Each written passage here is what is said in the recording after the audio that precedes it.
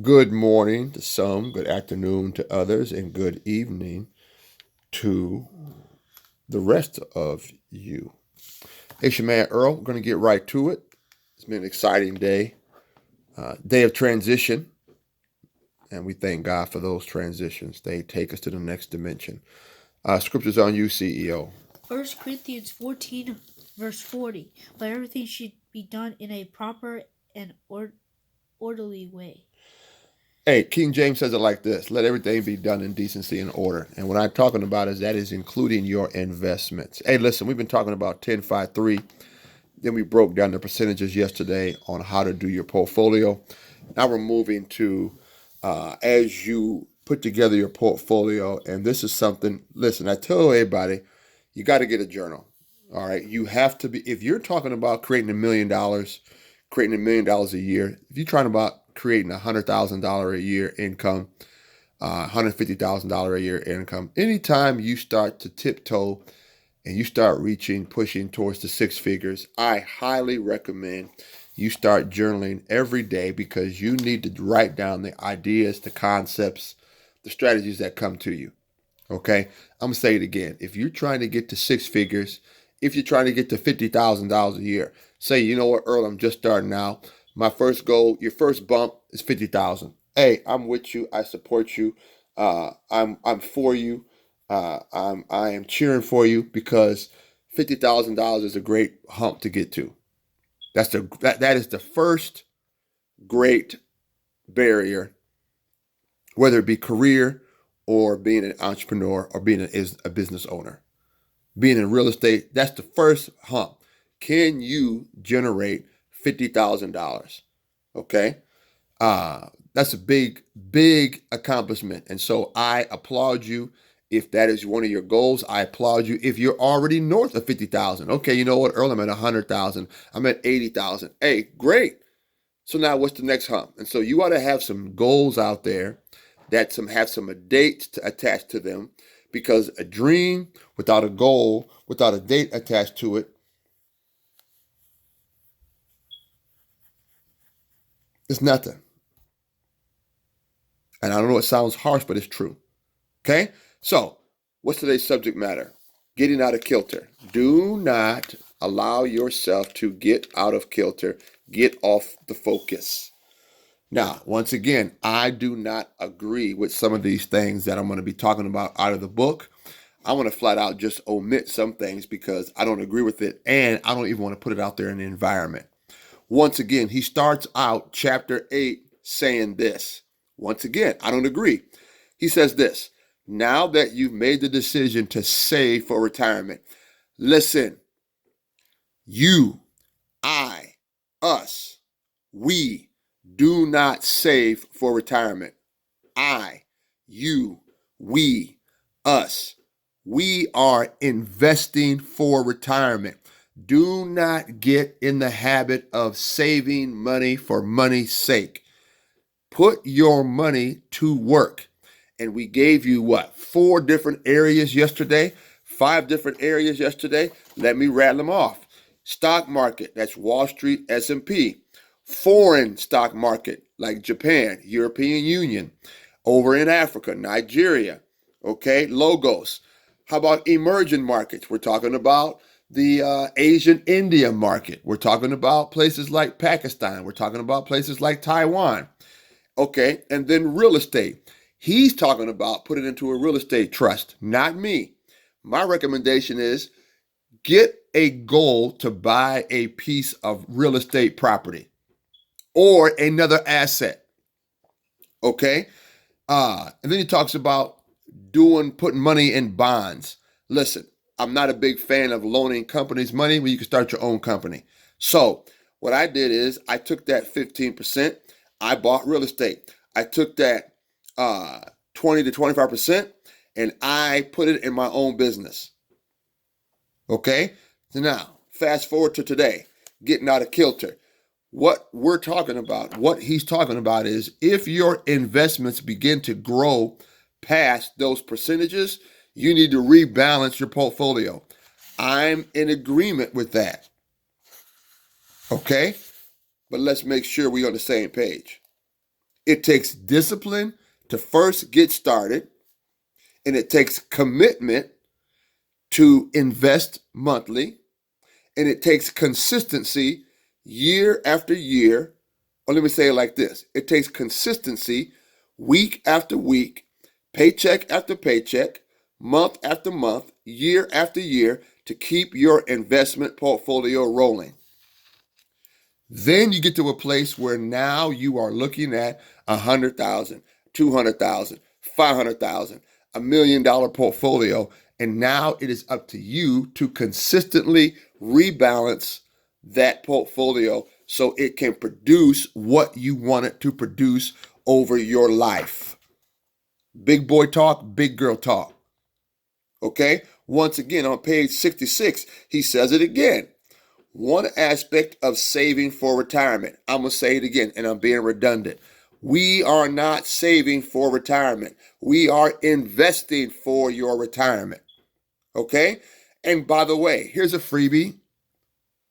When do you retire? When you have enough money to do what you want to do. It's not a date on the calendar. It's a dollar amount, and it is a asset generation, meaning are your assets generating enough income to where you can do what you want to do? We invest for our future. We're not saving money just to save. And I know I'm being redundant, but it's important that you get this. Okay? Rebalancing. So what happens if you flip a property and you make 30 or 40,000 and you only plan to make 20,000 or 10,000? Okay, you got to rebalance that. So what do? You go out and you add another property, or you take 10,000 here, put 10,000 here. You just don't let the money sit. You got to rebalance that money and put it back to work for you. And yes, I am a fan of rewarding yourself. So it's okay to take a trip if you're taking a trip out of money that has made you money. I'm not a fan of you, I, us, we spending our principal. Earl, what does that word mean, principal? Okay, put it like this. You go to work, all right? You make $100, okay? Now, don't take your $100 and go buy yourself a watch or a pair of shoes. That's not a reward. A reward is if you put that $100 and you bought, say, some crypto, and you bought the crypto for $100, and now 3 months later, that crypto now is worth $500. So what do?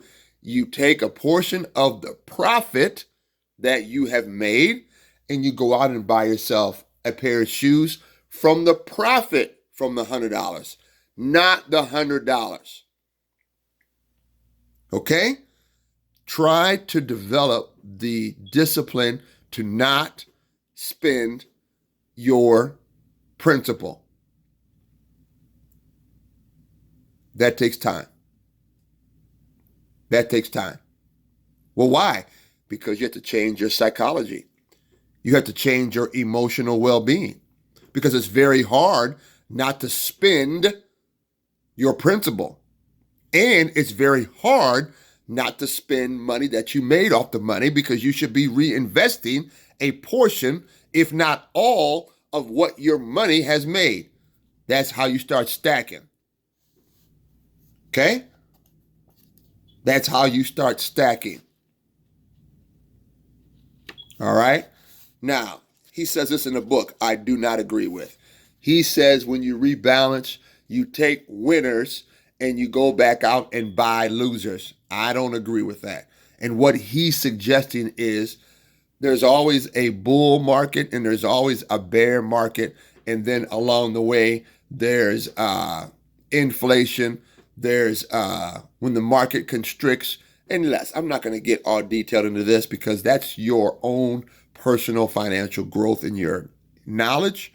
So what he's saying is when you win in the stock market, you take some of your winners and you sell them and you go back out and buy losers on purpose. I'm not a fan of that. I'm a fan of if you win, okay, if you're going to sell off something to win, then go buy something that's already winning. Go buy a hard asset. Go buy some more stock that has a dividend. All right? You don't win so you can purposely lose. But guess what?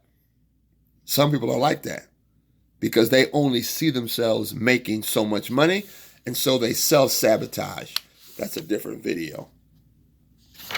All right? That's a different video. Okay? Rebalancing is based on your ability to tolerate risk.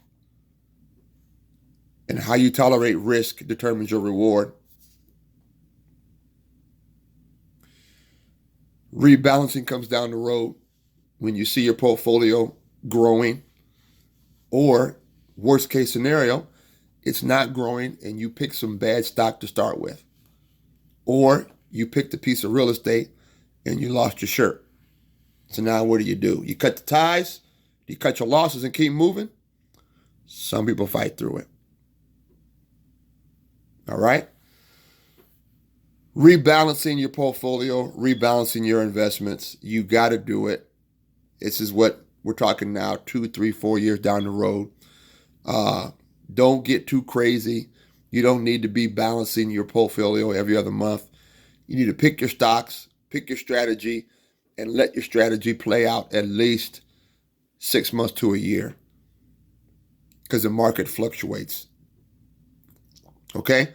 So don't go ballistic if the stocks you picked don't go through the roof right away.